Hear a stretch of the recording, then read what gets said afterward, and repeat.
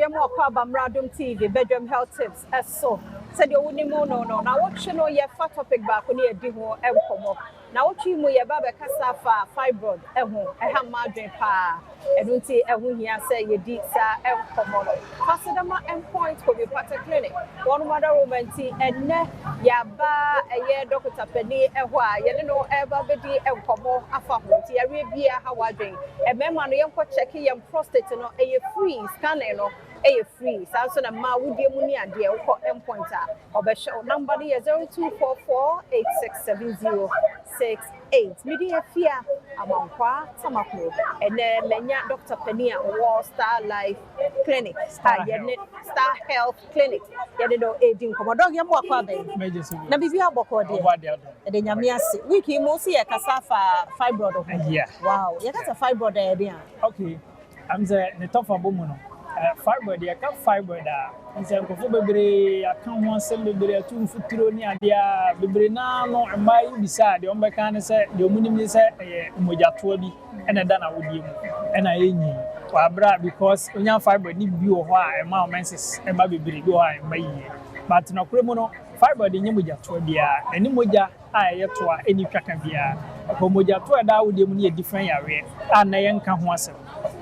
Fibroid non casano area a bawa would be any more.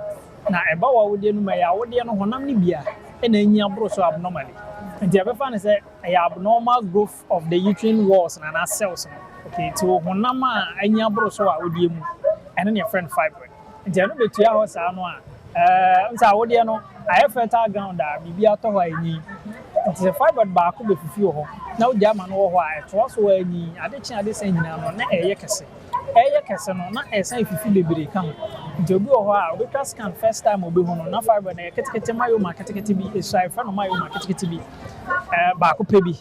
A bill or check a crown or back on a immune, catechet on a yakase. Not a busso a sana, a yana, a tea. I can't fibroid that, and your moja, and your moja to a Yahodian Honamibia, and Yambroso abnormally. And no, I never can say fibroid. You never can say a tumor, and now there it's me than a cancer, so many years.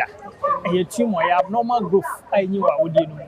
Not ever disturb your bar because any you out the more, you might be brave and a bit to me. I'm a banner who said, Bibi Cosso, Bibi Nkoyi, the top of Bomono, a abnormal growth. I am a walk, I would know. And I would know Honam in any ambros, yes, sir, and not any from fiber. There's a week in Munkomaya, baby, you know. Yeah, and a fiber is a man corner. Fiber did a man corner because I would dear area. Bermany, I would dear, don't mean your fiber money. Your bar pet needs me your fiber now, or bar waiting in your fiber, your bar was starting your bra. I could see your bar with cabra. Who see a brad dear, that means. Obey me in your fiber. Near what dear, won't mean share fiber. Now, where your bar now you will be beneath bar because I have before Mass and before bar. Do your bar now you'll be beneath bar one out of your brad dear.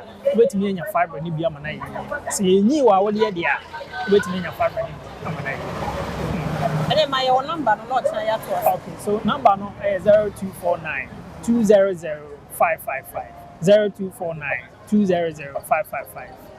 Enti ochna nyame yadom asabre yasa kan ye ho na ye nto so ye di nkomo afa fibroid ho so se simenum na ye di nkomo no awie ochna bre ya kan ye ho endpoint ho we kwata clinic wo da roma ene ye ne nkomo yi ebro ochna de pache nkwa mode ho a ye be se